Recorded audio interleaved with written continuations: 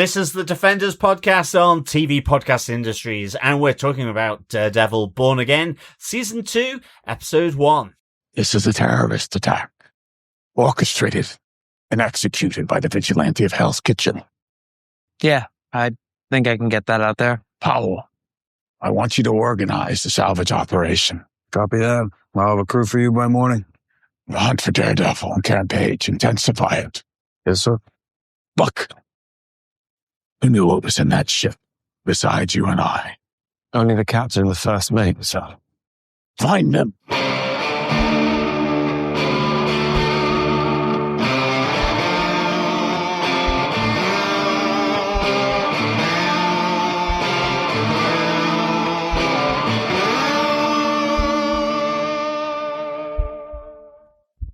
Welcome back, fellow Defenders, to the Defenders podcast on TV Podcast Industries. And we're here talking about the first episode of Season 2 of Daredevil Born Again. I am one of your Daredeviling hosts, John. And I'm your other host, Derek, back with Daredevil 1 year after the first season aired. That's awesome, isn't it? Yes, we are getting into Season 2. Mm-hmm. It's really good. Yeah, isn't it? And evil Knieveling it as a daredevil. All the daredevils, yes. All the daredevils. Yes. It's really cool though, isn't it? This was originally scheduled to be an 18 episode first season when it was originally commissioned. Then it got broken into 2 seasons, given over to Dario Scardapane and Benson and Moorhead, who retooled it into 2 seasons and redid it all. And here we are at the start of a second season with Mayor Fisk, with Daredevil, with Karen Page, and with loads of other cool stuff to come this season. Yes, indeed. So exciting. But fellow Defenders, if you're joining us for the first time, where have you been? There is a Season 1 to be watched and listened to along with our dulcet tones. But remember to all our fellow Defenders that you can subscribe to our podcast over at tvpodcastindustries.com, where you can listen to us on any good or evil podcast catcher of your choice. We also have many other Marvel TV shows and movies for you to listen to if you're interested, as we have been the unofficial home of Marvel for the last 10 plus years at this stage. So welcome on board if you're new, and welcome back if you are one of our lovely fellow Defenders and listeners. Absolutely. Yeah. This is a big show for us always. Daredevil, our first Marvel show that we covered all the way back when it was on Netflix. So kind of cool to still be covering Daredevil 11 years into podcasting as well. And we want to hear your thoughts about the show. We're recording in advance of the episode, so we don't have feedback in this specific episode, but we want to hear your thoughts all the way through the season. You can email us to feedback@tvpodcastindustries.com or join us over at our Facebook group at facebook.com/groups/tvpodcastindustries. If you want a little more, you can go on over to our Discord channel, the details of which are available in the show notes for this very episode, and join us over there. There's spoiler posts up for each episode of Daredevil Born Again as they are released. And speaking of which, before we go into it, John, right now, as we record on the 23rd of March, the episodes will be coming out in a couple of days' time, and we don't know whether there's going to be 2 episodes released on day 1 or not. It still hasn't been confirmed, so we might get a nice little surprise on the 25th when these episodes come out, that there could be 2 episodes there, and then we'll record again, and we'll talk about all our wonderful fellow Defenders feedback on the second episode. Yes, indeed. Yes. And of course, I think it is this season where the red of Daredevil will bleed into a more purpley hue of Jessica Jones. Well, yes, absolutely. Yes, we're going to be. Can't wait. Jess coming up. Yeah. To see old Jessica Jones back into the fray in New York City. But let us get into our spoiler-filled review of episode 1 of season 2 of Daredevil Born Again. Derek, who gave us what, where, when, and how? Well, the showrunner for the show is Dario Scardapane. He has written the first episode for this season. He was the showrunner for season 1 and rewrote most of the first season as well. The co-directors for this episode are Jason Benson and Aaron Moorhead. We know them really well because they've done some great shows, including the wonderful Moon Knight. And this is the 4th episode of Daredevil Born Again that they've directed. And they also directed the season 1 finale, and they'll be directing the 2nd episode of the season as well. Excellent stuff. Yes. The old Moon Knight boys are back. Yeah, there's definitely some cool touches in this episode. I remember us talking about the finale of Born Again season 1, where you could really tell the directing had changed over into a real visionary director rather than just television directors. And this episode has loads of little touches like that in there again. So, really looking forward to seeing more of what they give us. Yes. But John, do you want to tell us what they did give us with your synopsis for Daredevil Born Again, Season 2, Episode 1? Sure. Send a message to Mayor Wilson Fisk. Matt Murdock suits up as Daredevil and boards a ship on its way to the Red Hook port. He discovers it is transporting military-grade weapons to the free port. When the captain discovers Daredevil aboard the ship, he sinks the vessel. Back in Josie's bar, Matt reunites with Karen to attempt to amplify the nefarious dealings of Mayor Fisk. Before they can carry through with their plan, Fisk's team have pinned it as a terrorist attack orchestrated by the Devil of Hell's Kitchen. Meanwhile, psychologist Heather Glenn interviews Jack Duquesne about his possible double life as the vigilante swordsman. Her discussion provides good detail about Duquesne, but not the key evidence D.A. Hochberg is looking for. Concerned about the excessive powers Fisk is employing, the Attorney General calls for oversight. But following a call from Contessa Allegra de Fontaine, after a request from the mysterious Mr. Charles, the Attorney General offers his full support to Mayor Fisk. Karen continues to investigate Fisk's nefarious goings-on and has recently teamed up with Bibi Urich. She shares advice from her former mentor Ben Urich to try to keep his niece alive while she's in the Viper's den. As their investigation gets closer to locating the missing crew from the ship, it draws the attention of the brutal anti-vigilante task force who confront Matt's investigator Cherry at his home. Daredevil is overwhelmed by the violent task force members as he gets distracted by Cherry's stress-induced heart problems. But after the team learn his true identity, they are executed by an unlikely ally.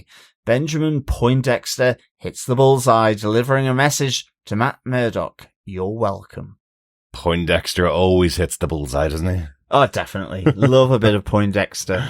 Yeah. He kind of just introduces an unknown quantity, which is really quite cool. Absolutely. I think.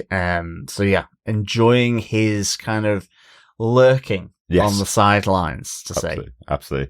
We will talk all about that as we go through our case notes for the episode. Once again, we are back in the courtroom though, John. We certainly are. Order! Order! Time for the defense to present their evidence. Well, that sounded a very strict judge there. Did, didn't it? Yeah. Don't know who that could be. Absolutely. As always, fellow defenders, we go through our top 5 case notes for each episode of Daredevil Born Again. I think we can start off with our case note number 1, a message for Fisk. Yes, absolutely. Here we are at the beginning of the episode, the beginning of the season. Been a couple of months, I think, since the end of season 1. Matt is suiting up in a black Daredevil outfit. Yeah, very cool. I love that it looks like it's been spray painted on because you can see a little bit of the red underneath of his old suit, and we have the Daredevil symbol appearing on his chest now as well. Yes, the double D or interlocking Ds, I should say, more accurately. We did see the interview with him where Charlie Cox was saying that he calls them as double Ds, but people don't like that. So interlocking Ds is the comic book name for them. So but really cool to see him in this outfit.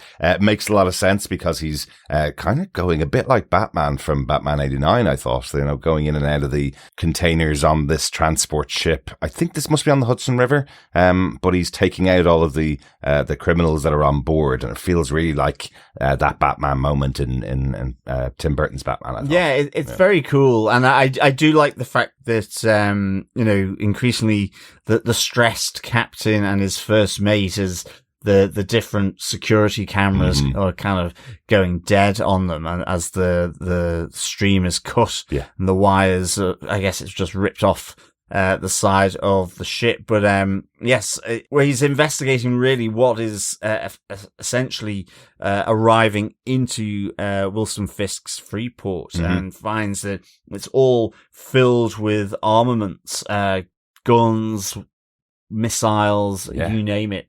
I do like the touch that he sort of, he hears that the captain and the first mate effectively are about to blow up the ship, which they've been told to do if it's ever boarded. Mm-hmm. And he does quite a good thing here, where he takes the watch of one of the downed guards Mm-hmm. and puts it into one of the containers on the ship so that he can, because you see him sort of tracking and clicking in. There's some really good, great use of camera here, perspective, where it's like zooming in as he connects into sort of the small scale, almost, sounds and the blurring of the background. And then it suddenly moves into a letterbox look. Mm-hmm. It's really cool use of the camera to give a sense of Daredevil's senses here, which I really, really enjoy. I mean, I've always enjoyed that about Daredevil. Yeah. I think they can do some really nice stuff with the camera work. I love when they use it, and they certainly used it a bit in Born Again season 1. So cool to see them using it again this season. And again, this is how you know it's Benson and Moorhead on here. They're going to use that as the visual style of Daredevil's abilities as well. So he does have superhuman abilities, so it's great to have them visualized on screen that way. But yeah, it's interesting, isn't it, that this is military grade weaponry that's being brought into the Freeport. We know from season 1 that the reason why Fisk has this port in Red Hook available is because it stands outside of the law, so he's going to be using that to trade different items back and forth. And it seems like this time it's one of the first times that the investigations that Matt and Karen have been carrying out have led them to a real discovery of something that's arriving in Red Hook that shouldn't be there at all. Military grade weapons going in. We hear later on Matt asked the question, who is the destination for these weapons? Who is it that is going to be armed up with these weapons that are coming into New York and coming into the city through Red Hook? So that's maybe something we'll hear about in the future. Yeah, like I really enjoyed as well, sort of once the ship is sunk, you do have this kind of combination of Fisk looking to spin this disaster for him on the vigilantes and specifically on Daredevil, as he tells his task force leader, to intensify the hunt for both Daredevil and Karen Page. Yes. As well as finding the captain and the first mate of the ship, which is kind of interesting. I guess it's more to tie up loose ends because they both say that, or the captain says that, they were told to do this. So it's not like he's not after them because they've blown up his ship and now he's got to deal with this mess and clean it up. It's probably just to deal with loose ends. But initially I thought that was a little strange. It felt like it was a bit contradictory, but I like the fact that Fisk is here looking to try and take control of this disaster effectively for him, whereas you have Daredevil back at their hideout with Karen there, where they were looking to try and maintain the pressure from this sinking to show both the city but also the state capital in Albany who Fisk really is, as he's identified, that they're using the Freeport to effectively smuggle armaments and ordnance into the US. Yeah, absolutely. I'm sure if you show criminality of a serving lead politician, that the whole city and the whole country will turn on them and take them down, right? You would hope. Yeah, absolutely. Exactly. So I like that too. And in a sense here, what happens, at least initially, is you see Fisk sort of getting a jump start on spinning the disaster against Daredevil and vigilantes to sort of maintain that narrative. You have a bit of it coming in through the BB report where you have a couple saying, oh, Fisk will clear up that mess as the ship's there in the middle of the harbour. And you have, them effectively blaming the vigilantes for this big ship in the middle of the harbour. Yeah, I really like where you see Fisk talking to his assistant mayor, Daniel, where he just says those words out loud and then Daniel takes the cue. I'm sure I can run with this and find a way to get this out to the public. And then it's translated in through the BB report as everybody's happy in the city if it wasn't for these damn vigilantes, and Mayor Fisk will save us from it, you know. Exactly. Just I kind of love how they're using the BB report again already this season as this shiny, happy place where Wilson Fisk gets his message out to the world. Yeah, absolutely. As if everything's going fine. I read the newspapers, but don't believe them. You can see for yourself how amazing the city is, you know. Exactly. That kind Exactly. of thing. So a great use of this, and a great way to start off the episode with this message from Daredevil to Fisk, right? Yeah, definitely. Yeah. But I think we can get into our case note number 2. Yes, Karen is back to her journalistic ways, amongst other things. Because I think, first off, on this Karen-centric point, we should say that after he sinks the ship, back at Josie's bar in their hideaway, Karen and Matt are up a tree, Kissing. Yes, they are. It's like, ooh, wow, they've moved along in their relationship. Absolutely, have they moved along? And I was kind of like thinking, I guess Matt Murdock, Daredevil, just had to release all the energy after that high stakes, high action investigation on the ship. So yeah, I think it's kind of interesting to see that they have become more than just friends and work colleagues and professionals, that, you know, they have made up a lot in their relationship. And now, you know, they have feelings for one another. Yeah, but there's always been a will they, won't they with Karen and Matt, and a lot of it had to do with the Daredevil side of Matt Murdock and the pain that he was going through, and him pushing everybody away. And now the two of them have been working together really closely since Mayor Fisk took over. So I guess the relationship has kicked up a notch. Yeah, absolutely. But I do like, you know, the kind of handoff between the two of them. You know, Matt needs someone to do the investigation side of things to help him out. Karen's going to take that up. She's going to reach out to her contacts to find this information about where the captain and the first mate have disappeared to, so she can direct Matt how to find them. Cherry's also going to pick up that case as well. Yeah, so, I know what you mean. I like how this all plays together. You know, Karen supporting Matt, Matt supporting Karen, because you know you hear her talking quite despondently over sort of going after Fisk, that he just keeps coming back up, and you know, Matt is kind of giving her that pep talk of, well, but we have to try because it's the right thing to do. We have to keep going. We have to believe, you know, it's the, if you first don't succeed, try and try again. Right. Yeah. So I kind of like you see this here. I also like that Karen's undercover look. Yes. Looks homemade. It does look very homemade. Yeah. The wig's really weird, just because you're so used to the blonde hair, the dark wig and the heavy eyeliner. Yeah. It really is noticeable, but I kind of like it. I like that you get that quick moment where you see her getting files from one of her sources. And the bodega, that's really cool. I remember last summer, I think it was, when some on-set photographs are being taken, all those crappy spy photographs, where people think they're amazing because they got a shot of the actors acting in the street, and they were going, "Oh, doesn't Karen look absolutely awful for the second season? I can't believe they cut and dyed her hair." And you're going, now we see the episode, we know it's just a wig that she was putting on. It's literally, she's tried to distract from the fact that she's out there working alongside Matt. She looks just as good as she always has, and those were just spy shots taken from the set, right? So never believe them, always believe what's being released by the actual shows themselves, right? Yes, absolutely. But really cool. Love the idea that we have the connection now again between Karen and BB specifically, because those first 3 seasons of Netflix were all about Karen's friendship with Ben Urich.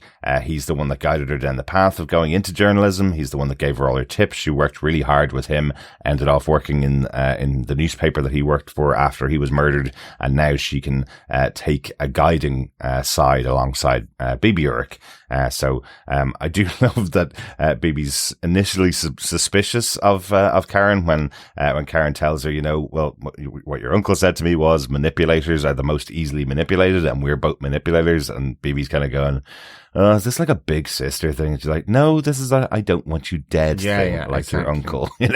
I really like that. I thought that was great for her to pass on a little knowledge from her uncle to connect it with the niece, because BB's on her own investigation trail about what happened to her uncle, and now she's very close to his murderer in Wilson Fisk. Yeah, no, I like this. I like that Daniel is BB's inside guy, and BB is Karen's inside girl. Yes. In that sense. Yeah. And I kind of like this little moment where, as you say, Karen is kind of instilling some wisdom from her uncle, Ben, and just also that she's being protective and looking out for her. I like that she, really delves in to say that, she knew her father and that in some way she was a part of why he was killed, because he was trying to protect her, and to sort of help her with the story and the uncovering of Wilson Fisk, and that she, in a sense, is still upset by that. And, it matters that she's here now working with BB Ulrich, effectively. Absolutely. So I like that. And to the point where she also doesn't want BB, as you said, to be killed.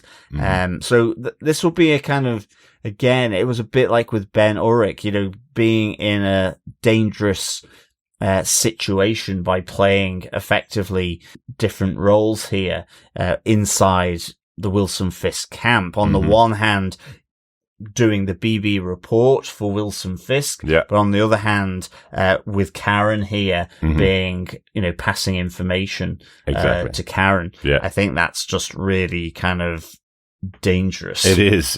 I love, those little touches of BB, buttering up Daniel. She's the one that goes over to his apartment for a party. He talks to her again about how much it was because of her that he got the job as the assistant mayor. And then the following day, she's on the phone to him, saying where he's sending thank you to her because she sent a cleanup crew over to his house to clean up after the massive party.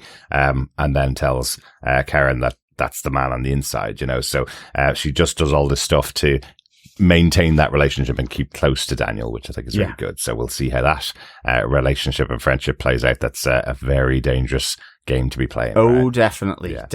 But one that I think it's good for the old tension here. Absolutely. But I think we can get on to our case note number 3. Order in the court. It is the persuasive Mr. Charles. Yes, welcome to the MCU, to Matthew Lillard. Yeah. Also Shaggy from Scooby-Doo, and one half of the original Ghostface with Scream. Yes. So really cool good to see him here. And I kind of liked the portrayal here as he kind of... You see him initially in Washington receiving a phone call on a burner phone, which he drowns in a tumbler of whiskey. Whiskey watch. There is our whiskey watch, but we don't know what whiskey it is. Yeah. We just a glass. Just a glass. It's a glass of whiskey. Yes. Straight up, no ice. I think that's kind of everything about Mr. Charles.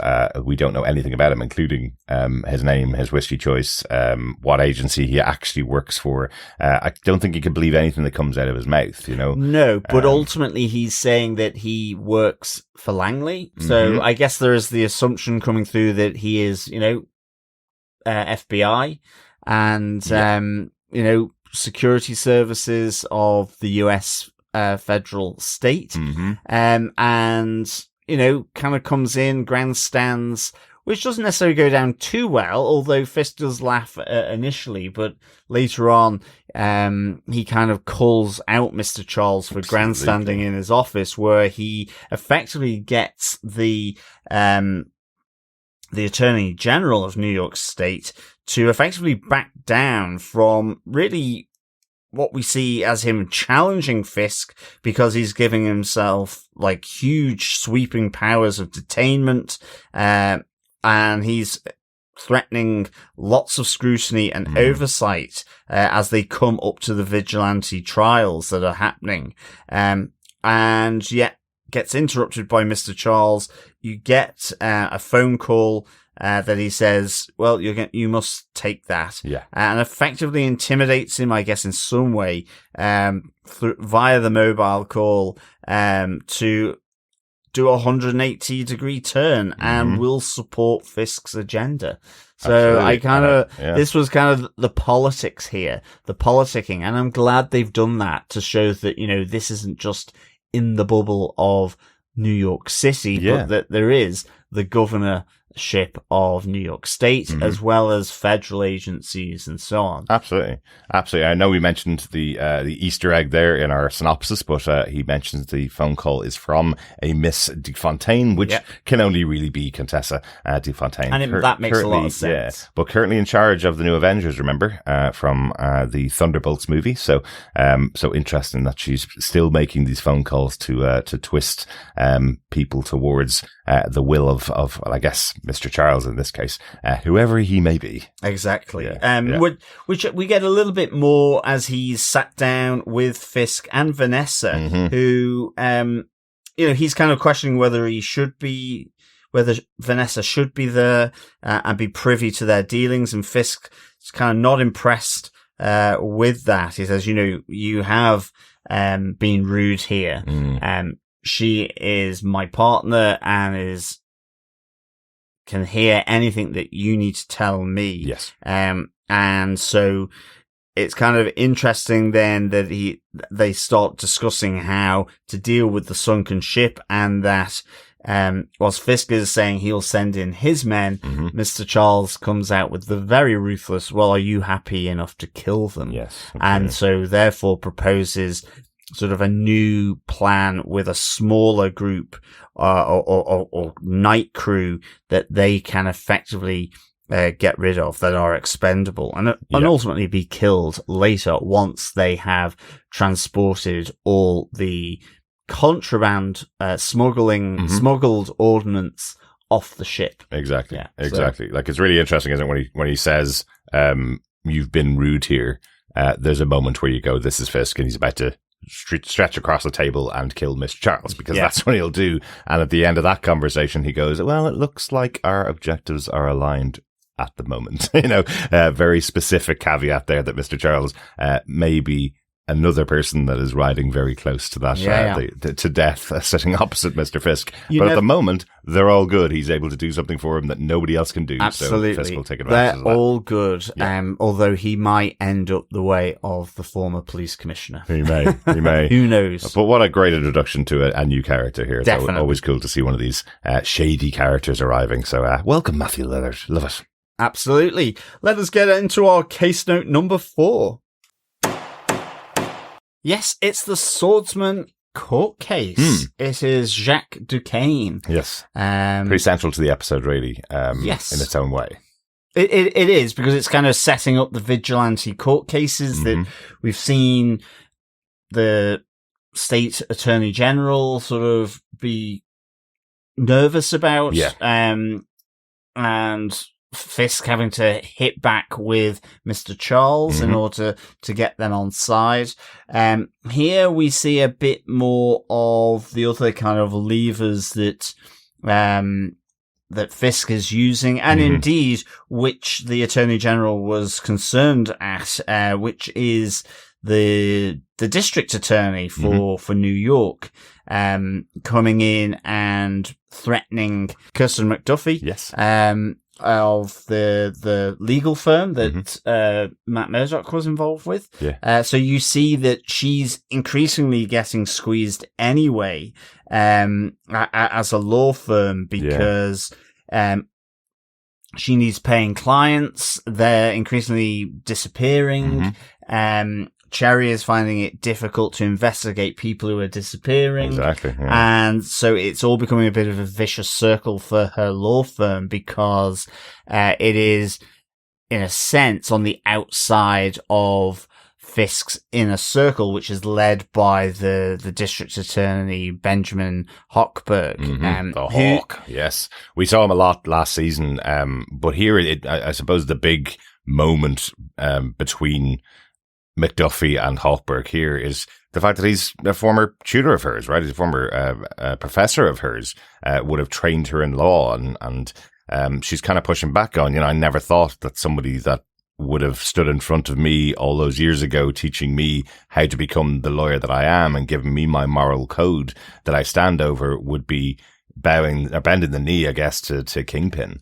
And he says, well, I just read the tea leaves, and the tea leaves said this is the way to go, So he knows what he's doing is wrong, and he pushes it even further as the episode goes on. But I think there's still a little bit of a surprise at McDuffie about how far down the bad path her former mentor had gone. Well, that's it. I mean, he comes in a sense with an olive branch to begin with. Her firm has been squeezed by the district attorney, by the task force, the actions of the task force. Hochberg calls the firm a legal aid hostel. Yes. At some point, as you say.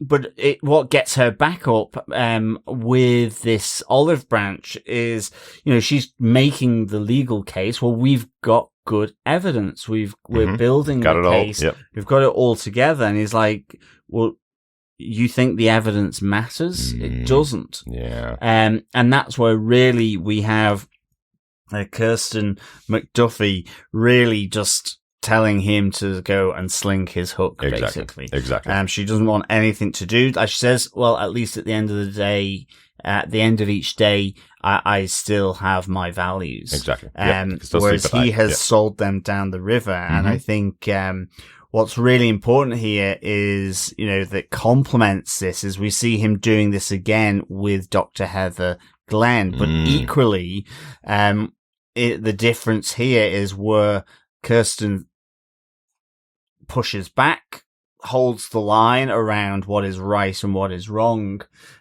We have Dr. Glenn, in her current position, effectively changing her evidence. Well, at the request, however subtly and windy, the request came in from, he's asking her effectively to change it as a lawyer would do, where he doesn't actually say it, but she gets the drift. Absolutely. And requires a good old, I guess we could do vodka watch, because she does need a good old swig of Grey Goose, French vodka. I'm telling you, that it almost felt like word association or some kind of trigger word from Hochberg on the phone, where he says, maybe the two of us should get a drink, and she pulls out the Grey Goose and pours herself a vodka. It's almost like an auto response from her. I think I need to be drunk to swallow my morals here, but it's really interesting, isn't it? Heather Glenn is being used by Fisk to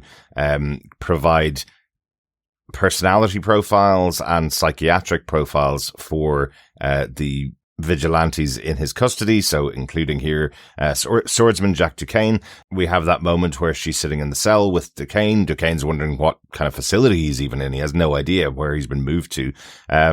And she's starting this psychological evaluation, and rightly he's saying, no, I don't think I'm supposed to be sitting in front of a psychologist who's working for the mayor of the city. I'm supposed to be sitting in front of somebody that at least is appointed with the agreement of my law firm. At least I should have a lawyer present. And she's effectively pushing him, going, well, you know what? We have the choice of either the light at the end of the tunnel that is your court case. We can either push that back if you stop being cooperative, or we can cancel it altogether if you don't answer my questions effectively. But an interesting moment there where we see the muse, the vigilante that she killed in season 1, appearing behind the head of Jack Duquesne when she's speaking to him. So that speaks to her mental state of where she's sitting in that, in relation to that, the vigilantes in the city, that she wants to eradicate all of them like she did with Muse. Yeah, exactly. That's her motivation, because you see her sort of, you actually feel that Jack Duquesne, like the ebb and flow of this conversation, you feel that Jack Duquesne has her on the ropes. Yeah. He's clearly not intimidated. He knows the law as it should be deployed.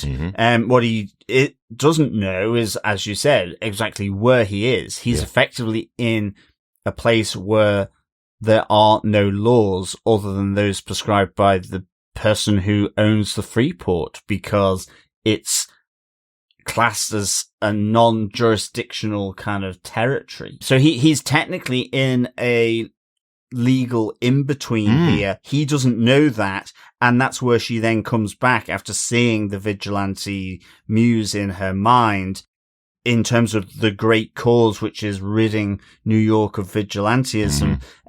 She effectively reads him as non-rights, because he's being held at the Freeport, that she can do whatever she wants. There is no legal precedent here.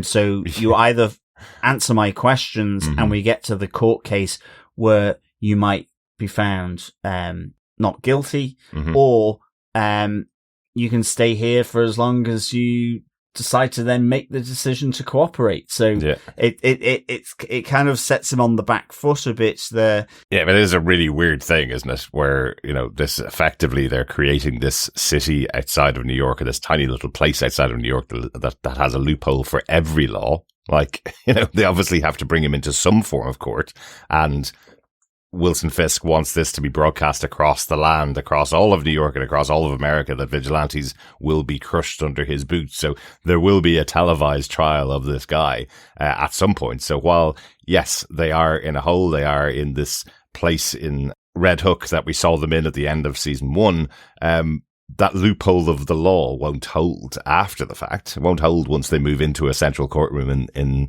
New York. But for right now, she's got him over a barrel. So he begins to answer her questions, completely reluctantly, but really interesting how far they're pushing Heather Glenn already in the first episode of this new season, isn't it? But I would also argue how far Dr. Heather Glenn has fallen. I mean, she absolutely. Effectively, as a professional would be struck off if they understood what she was doing. She alters her professional statement off the pressure, indirect pressure, however much, or from the district attorney. Yeah, and it's not like she alters like a normal question. She alters the one that says, "Sometimes I feel the presence of a spirits." Yeah, it's not like a normal question like, "Do I like mechanic books?" This is something very specific that speaks to his mental health. Well, as the DA says, if I can portray him as a sociopath to the jury, then I need the data to kind of show that. Yeah. And at the moment, what he's saying indirectly is it doesn't. Yes. So, Wilson Fisk has said you will be very helpful to the case. Yeah. So, AKA, please change your statement. Exactly. Yeah. Exactly. So it's really interesting to see this pressure being applied, and how, I'm not liking Dr. Glenn much at the moment. No, I think towards the end of the season, last season, you definitely weren't meant to like her.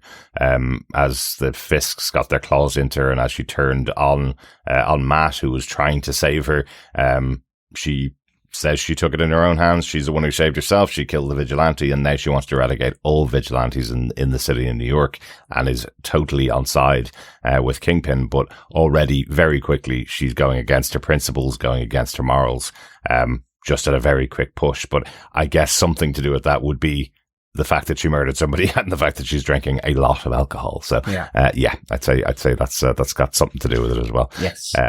But I think that's probably it for the Swordsman case. That's going to be probably a very big thing for the next couple of episodes, with Jack Duquesne, to see what happens to him, as we go on. But I think we can go on to our final case note, John, yeah? Yes, it is case note number 5. Cherry is attacked at home. This was really, really, it was brilliant and also shocking, because we'd seen Cherry meeting with Matt Murdock's as under the arches, sort of talking about all the different cases. We'd seen him with Kirsten McDuffie, where effectively you've got no cash to pay me with because the law firm needs paying customers, who effectively don't disappear. So, I love that. I must say, I love the location that they chose for the meeting with Cherry and Matt. I think it's a cool location. Just looks great on screen. It feels like something out of Godfather or out of Donnie Brasco, maybe, like a real mob, undercover kind of scene, and the conversation between Matt and Cherry, where Cherry's going, "Well, why don't you reach out to Kirsten? She's really worried about her friend. Why can't you reach out to her and tell her that you're alive?" And he's going, but I don't want to put her in danger. You know, she's a young woman, early in her career, good friend, don't want her to be murdered by Fisk. And he's like, well, what about me? And he goes, well, you're old. Yeah. You You're know? a grizzly ex-cop. Yeah. You can look after yourself. But the thing is, he kind of embroils Cherry here by asking him to track down effectively the captain and the first mate from the ship that had sunk in the harbour. But importantly, the reason he's going back to him and Cherry and he trusts Cherry is because Cherry's known who he is for years now. He's never released that information to anybody else. And also, every time Matt asks him to do something, he does it and gets the job done. So Matt goes, I'll always come back to you. But this does put Cherry in a really difficult situation here. The investigation that he goes on to find these two crew members from the ship from the beginning of the episode, Achilleo and Christofi, because he goes into that investigation, that turns up the heat on him from the task force, the anti-vigilante task force, who we see how brutal they were last season, and they turn up to Cherry's home, banging on the door with him. I really like the scene. Again, he's a former cop. He knows what's going to happen. He knows how this is going to break down. I love that he stands away from the door, puts his hands on his head, tells them they can't enter the premises, knowing that they still will, and he's prepared for it. You know, he knows that they're going to come in, so he steps back so he doesn't accidentally get injured or accidentally get killed. You know, he wants to know that that he is following the laws as best he possibly can. Yeah, absolutely. And I think this is where like it all starts to take an interesting turn in that because Cherry's being interrogated, he's been beaten up and questioned over the Greek sailor that remains effectively, because one of them has been captured by the task force and ultimately shot through the head by Book. And as they arrest him, also the owner of the Greek restaurant where he's trying to kind of hide out in and get safe passage back to Greece. Ariadne. She is also struck by Powell, the head of the task force, who is just a nasty piece of work. Powell has been an a-hole since the first second we met him, and it's just, he's a bully now with the full backing of Fisk, you know. And I think it's really interesting in that opening scene with Fisk where he sees the ship go down and he's telling them about, you know, need to pin that on the vigilante from Hell's Kitchen. The people that are around him are Buck Cashman, his enforcer, effectively, Daniel, his assistant mayor, Sheila, the assistant to the mayor's office, and Powell as the leader of the task force. You know, the most important four people that Wilson Fisk has in his office, the people that he trusts and the people that he has carry out all of his nasty deeds in the city, effectively. So Powell is right up there with those other characters, you know. So he's no longer coming in to meet Fisk separately. He's with those top level people now. Agreed. So like all this interrogation that's happening to Cherry, you know, we've seen it before, even more violently with the captain of the ship, who effectively has been murdered. But here we have Cherry, you know, giving as good as he gets in terms of the back chat, but getting punched. We have Daredevil intervening here as he knocks out both agents, but one of them manages to get a radio, a walkie-talkie message out to say that Daredevil is there, in the apartment. And so whilst he knocks both of the agents out, a whole new set of task force agents arrive up into Cherry's apartment.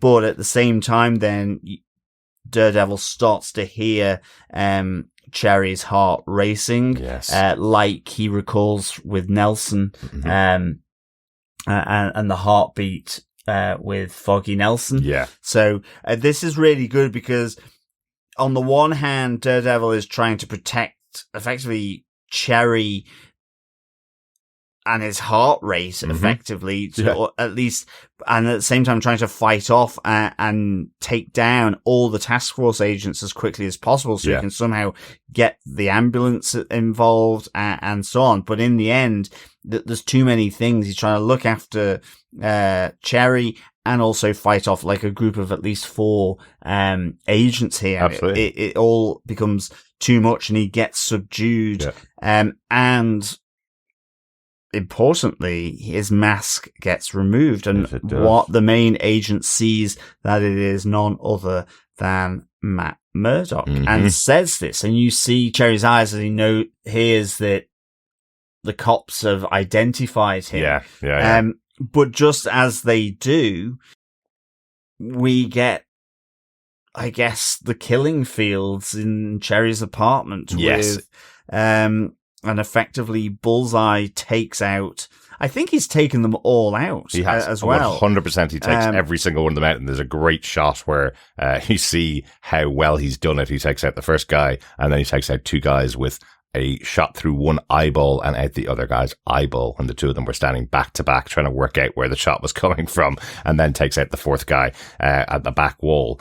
Everything goes to silence, and then you see the effectively the boomerang knife that gets bounced off multiple walls so that it lands in Matt Murdock's eye line, saying "You're welcome" with the bullseye symbol on there. What a cool way to go. If this was any other channel, any other streaming service out there, this would have ended with a gun at Matt Murdock's head and the police officers going, "Oh my God, he's Matt Murdock."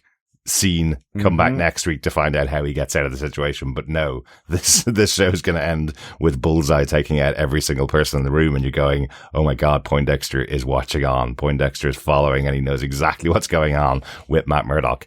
Very cool, very cool.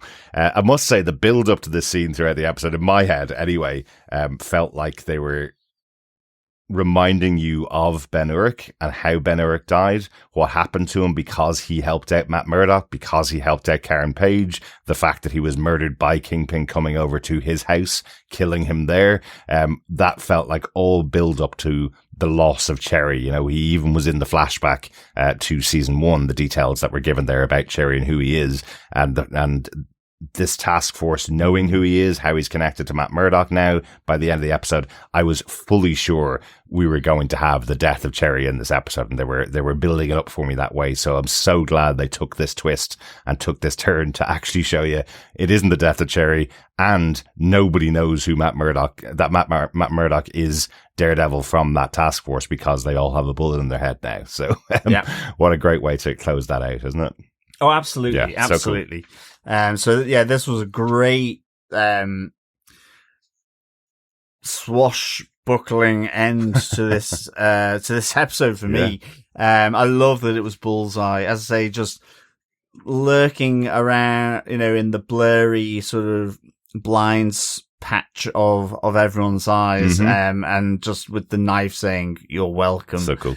So I thought that was a really kind of fitting end here. Absolutely. Yep, really cool. Just want to make a tiny mention of it because I thought it was a really cool touch of this scene, that Cherry knew exactly what to do when the cops came to knock on his door.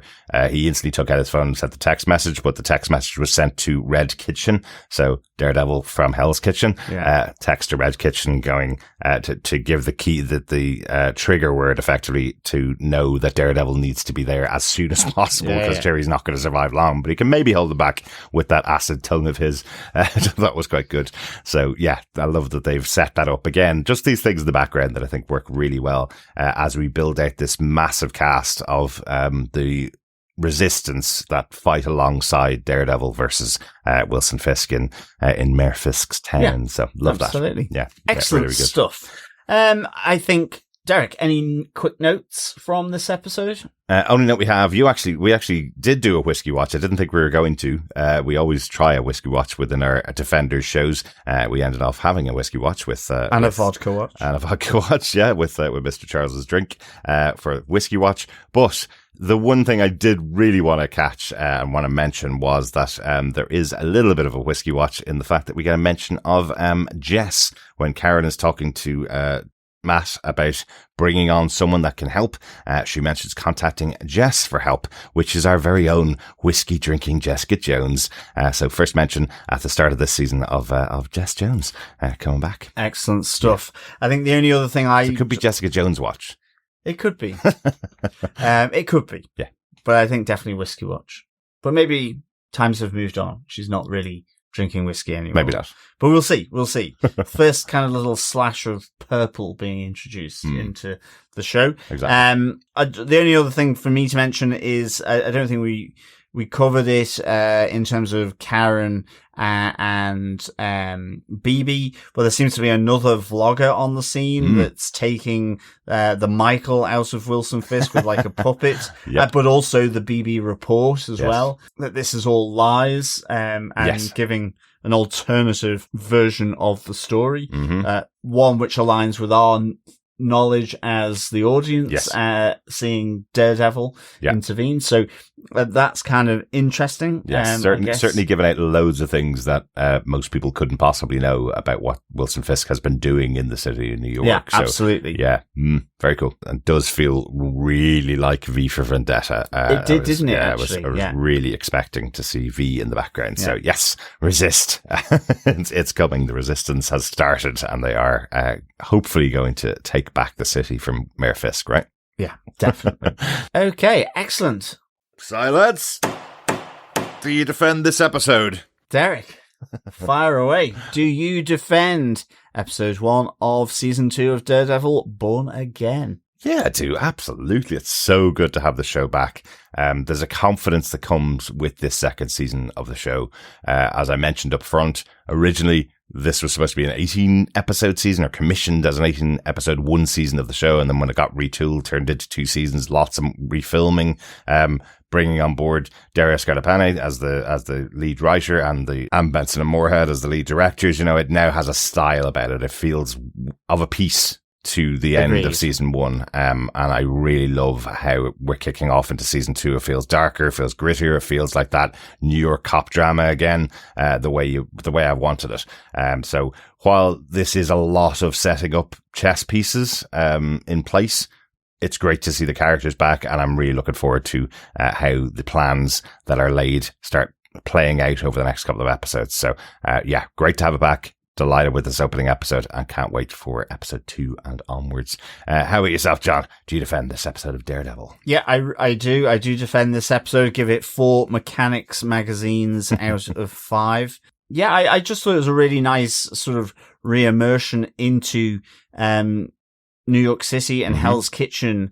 I think the sinking of the boat, great, it pushes this Freeport idea and how Fisk is trying to manipulate it. I'm loving all the layers of, yes, it's the mayor's office, it's New York City, but it's kind of the extension of his tendrils out to the New York state, to the governorship, to Washington even, and how they may ultimately come to bite him on the ass, depending on how it's managed. Yeah. I love that Karen and Matt are working together.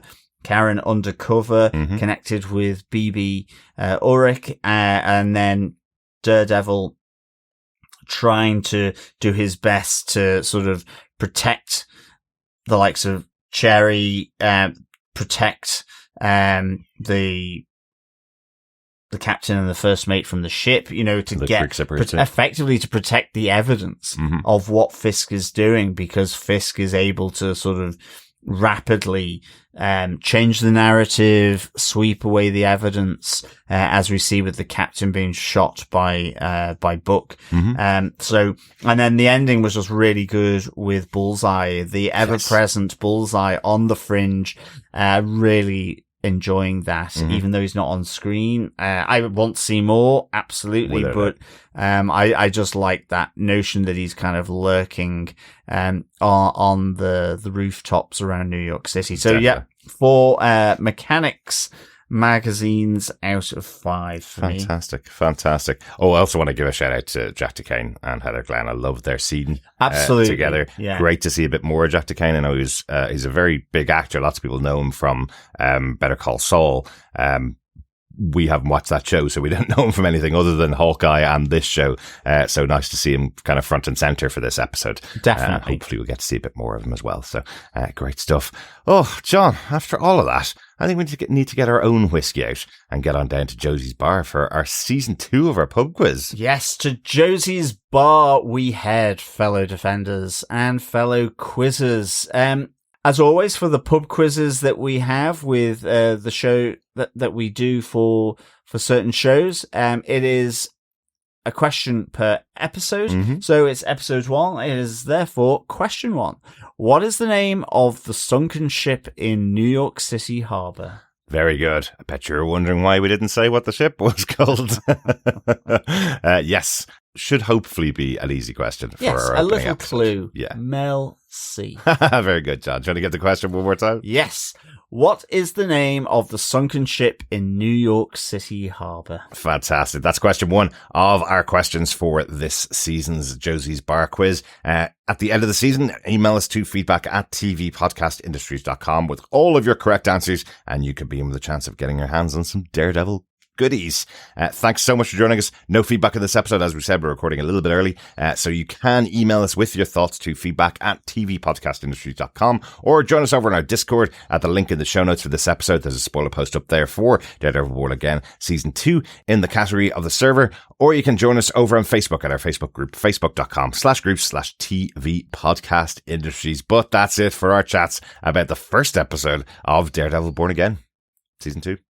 Yes, we'll be back next time with our second podcast on Daredevil Born Again, Season 2, Episode 2. It's all the twos. It is. And, of course, we'll be back with our next question in Josie's Bar Quiz. Yeah, that could be later on this week. Again, if the second episode gets released this week, we will hopefully record it before next week, and we will have it out as soon as we can after the episode airs. But we want to hear your thoughts on the episode as well. So, Yes, yeah. absolutely. And, of course, if you're missing Chris, he is discussing Invincible Season 4 that's out on Prime Video with Derek each week, and we'll be back for the final season of The Boys. Yes, coming out in April. Yes, we're kind of just splitting up a bit of the workload at the moment, because we're going to have 3 rather large shows that we cover, all colliding together. Yeah. I think one week we may have 3 episodes in 1 week. We have an episode of each of the shows coming out in 1 week. I'll be on all 3 of them. Lucky me. At least I get to watch them all. All 3 of us will be watching them all, which is good.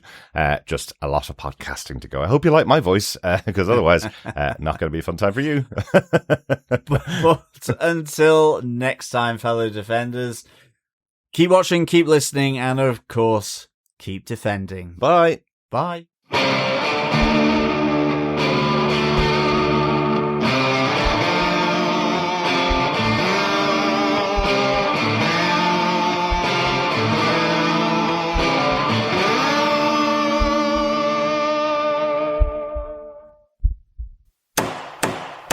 Whatever is entering into the Freeport here, whisks. Wilson Fisk, Whisk. Whisk. It's his own ship name. Nobody loves Wilson Fisk like Wilson Fisk. Whisk Freight.